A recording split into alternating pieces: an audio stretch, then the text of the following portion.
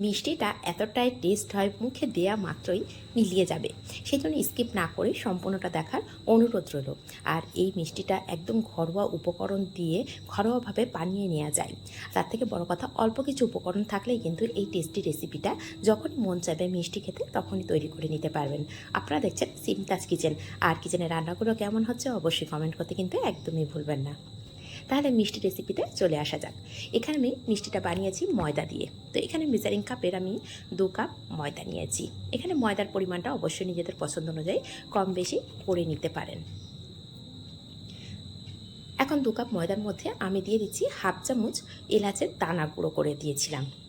আর দিয়ে দিলাম একটা চা চামচের 4 ভাগের 1 ভাগ বেকিং সোডা। দিয়ে দিচ্ছি 2 চামচ ঘি।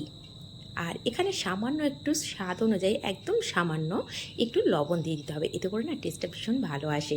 অনেকে মিষ্টি জিনিসে লবণ একদমই পছন্দ করে না, কিন্তু একটু দিয়ে দেখবেন, একদম সামান্য 1 চিমটা বা 2 চিমটা দিয়ে দেখবেন ভীষণ টেস্ট হয়। তো এইভাবে ভালো করে সমস্ত উপকরণ দিয়ে আমি ভালো করে ময়ান দিয়ে নেবো।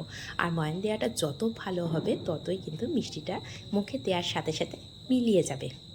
তখন এইভাবে হাত দিয়ে ময়দাটার সঙ্গে আমি ঘিটা খুব ভালো করে মিশিয়ে নিচ্ছি। দিয়ে যখন ভালো করে মেশানো হয়ে যাবে তখন হাত দিয়ে মুঠো করে দেখে নেব যে একদম পারফেক্ট একটা দলা পাকিয়ে যাচ্ছে কি না। দেখুন, হাত দিয়ে দেখে নিচ্ছি একদম পারফেক্টভাবে দলা পাকিয়ে গেছে। তো এই পর্যায়ে আমি সামান্য সামান্য দুধ দেবো এখানে, দিয়ে একটা ডো রেডি করে নেব। আর এখানে বলে রাখি, যদি হাতের মধ্যে যখন মুঠো বাঁধছেন তখন যদি দলা পাকিয়ে না যায় তখন কিন্তু আরও একটু ঘি প্রয়োজন অনুসারে দিয়ে নিতে পারেন। তো অল্প অল্প দুধ দিয়ে আমি একটা ডো রেডি করে নিয়েছি। আর ডোটা কিন্তু খুব শক্ত যেন না হয়। আমি হাত দিয়ে দেখে দিচ্ছি কেমন নরম করেছি। খুব নরমও হবে না, আবার খুব শক্তও হবে না। তো এইভাবে আমি 10 মিনিট রেস্টে রেখেছিলাম। রাখার পরে এখন আমি ডোটাকে নিয়ে নিয়েছি। নিয়ে এইভাবে একটু বেলে নিচ্ছি। আর বেলাটা কতটা মোটা বা কতটা পাতলা করে বেলেছি সেটাও দেখিয়ে দেবো। এই মিষ্টি রেসিপিটা না ভীষণ সুন্দর হয়। একবার বানিয়ে বাড়িতে দেখতে পারেন। যদি সবসময় মিষ্টি খেতে ইচ্ছা হয়, সবসময় তো হাতের কাছে এই যে উপকরণ দিয়ে বানিয়েছি সেগুলো কিন্তু হাতের কাছে থাকে। যখনই মন চাইবে তখনই বানিয়ে নিতে পারেন। সবসময় তো আর বাড়িতে মিষ্টি আনা থাকে না, কিন্তু মন চাইলেই এই বাড়িতে থাকা উপকরণ দিয়েই আমরা বানিয়ে নিতে পারি। একদম সহজভাবে বানানোটা দেখিয়েছি। স্কিপ না করে সেই জন্য সম্পূর্ণটা দেখার অনুরোধ রইল। তো এখানে চারদিক দিয়ে আমি কিন্তু বাদ দিয়ে দিলাম এইভাবে কেটে, যাতে করে মিষ্টির শেপটা সুন্দর আসে। তো এইভাবে কেটে নিয়েছি। নিয়ে যেভাবে শেপ করে কেটে নেব সেইভাবে আমি কেটে নিচ্ছি। তো আমি মিষ্টিটা চৌকো করব, সেই জন্য এইভাবে কেটে নিচ্ছি। আর কাটার পরেই বুঝতে পারবেন যে কীভাবে কেটেছি। আপনারা এখানে চাইলে বিভিন্ন শেপে কাটতে পারেন, ট্রায়াঙ্গেলও করতে পারেন। তো আমার কাছে এটাই বেশি সুন্দর লেগেছে আর দেখতেও সুন্দর লাগবে, সেই জন্যই আমি এটা এইভাবে কেটেছি।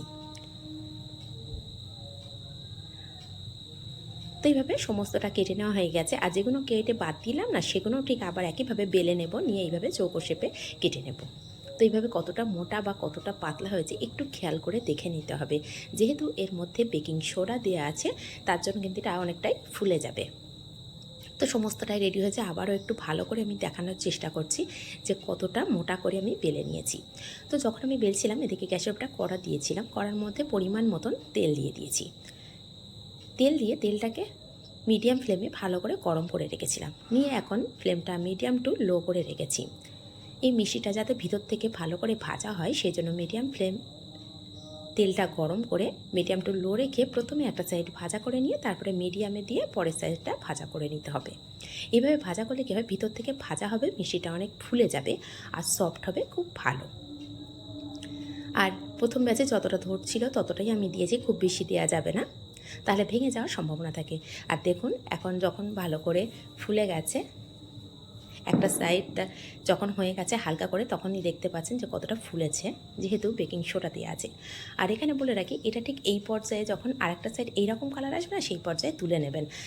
আর আমি একটু বেশি কালার করেছিলাম, যেটা দেখতে ভীষণ সুন্দর লাগছে এখন কালারটা, কিন্তু এটা তুলে নেওয়ার পরে অনেকটাই কালারটা দেখছিলাম একটু হালকা কালো টাইপের হয়ে গেছে। সেই জন্য চেষ্টা করবেন আগের কালারটা যখন ছিল সেই পর্যায়ে তুলে নেওয়ার জন্য। তো এখন আমি এখানে 1 কাপ চিনি দিয়েছি আর 1 কাপ জল দিয়েছি, কিছুটা স্যাফরন দিয়েছি, 2টো এলাচ দিয়েছি, দিয়ে সমস্তটাকে মেল্ট করে নেব। মেল্ট করে নেওয়ার পরে আমি হালকা একটু অরেঞ্জ ফুড কালার দিয়েছিলাম, কারণ কেশরে এতটা সুন্দর কালার আসেনি, সেই জন্য সামান্য একটু আমি ফুড কালার ব্যবহার করেছি। আপনারা আপনাদের পছন্দ অনুসারে কালারটা চেঞ্জ করতেও পারেন, আবার নাও করতে পারেন। তো এইভাবে দিয়ে খুব ভালো করে একটু ফুটিয়ে নিচ্ছি। ফুটিয়ে নেওয়ার পরে এদিকে মিষ্টিগুলো দেখুন, কালারটা বললাম না এখন বেশ সুন্দর লাগছে, কিন্তু একটু পরেই দেখবেন কালারটা যখন মিষ্টিটা ঠান্ডা হয়ে যাবে কালারটা অনেকটাই চেঞ্জ হয়ে গেছে। সেই জন্য মিষ্টিটা একটু হালকা কালার করে নামিয়ে নিতে বলেছি। তখন মিষ্টিটাকে ঢাকা দিয়ে রেখেছি এই কারণে মিষ্টি যাতে গরম থাকে। আর এদিকে ফুটন্ত এই চাশনিটাকেও নাবিয়ে নেব। তো চাশনিটাকে নাবিয়ে এখন আমি দিয়ে দেবো এই মিষ্টির মধ্যে।